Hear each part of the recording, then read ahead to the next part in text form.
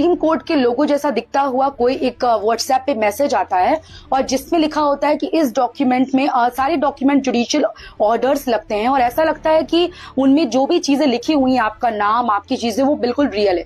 Even उसमें signatures होते हैं सीजीआई के और कहा जाता है कि ये ऑर्डर आपके लिए आया है, आप मनी लॉन्ड्रिंग के केस में फंस चुके हैं।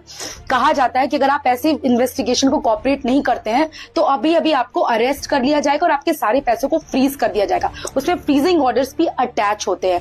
ऐसे कोई भी ऑनलाइन आपको रिपोर्ट्स या डॉक्यूमेंट्स होते हैं तो उन्हें कभी भी कोऑपरेट नहीं करेगा, क्योंकि अंबाला जिले हरियाणा से एक सीनियर सिटीजन के साथ ऐसा ही एक स्कैम हुआ। उन्होंने कहा कि वो सिर्फ एक इन्वेस्टिगेशन को कोऑपरेट कर रही थी। उन्होंने ये अपने लेटर में जो सुप्रीम कोर्ट को उन्होंने लिखा है वो मेंशन किया। उन्होंने कहा कि 1 करोड़ से भी ज्यादा का उनके साथ स्कैम हुआ, साइबर स्कैम हुआ। और इसके बाद सुप्रीम कोर्ट ने सोमवार को डिजिटल अरेस्ट के मामले में सुनवाई करते हुए कहा कि एक बहुत ही दुखद घटना है कि सिर्फ और सिर्फ भारत से 3000 करोड़ साइबर स्कैम्स रिपोर्ट किए गए हैं।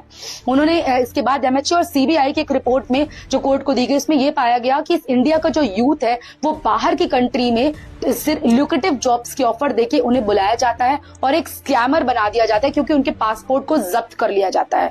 अब क्योंकि उनके पासपोर्ट्स को जब्त कर लिया गया तो वैसे स्कैम्स के वाले काम करने के लिए मजबूर हो जाते हैं।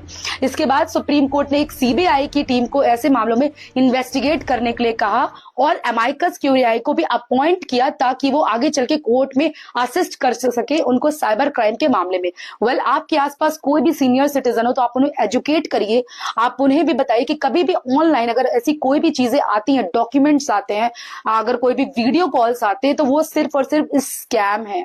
कभी भी कोई भी टीम अगर आपके साथ आपको किसी भी मामले में इन्वेस्टिगेट करने आएगी तो वो फिजिकली अपीयर होगी। कभी भी ऐसी चीजें ऑनलाइन नहीं होंगी, चाहे वो सीबीआई की टीम हो, ईडी की टीम हो या फिर आपके शहर की लोकल टीम हो, वो हमेशा फिजिकली अपीयर होगी। ऑनलाइन जो भी चीजें होती हैं ऐसी वो सिर्फ और सिर्फ डिजिटल अरेस्ट होता है। ऐसे वीडियोस अपने सीनियर सिटीजन के साथ जरूर शेयर करें ताकि वो भी इस मामले में एजुकेट हो।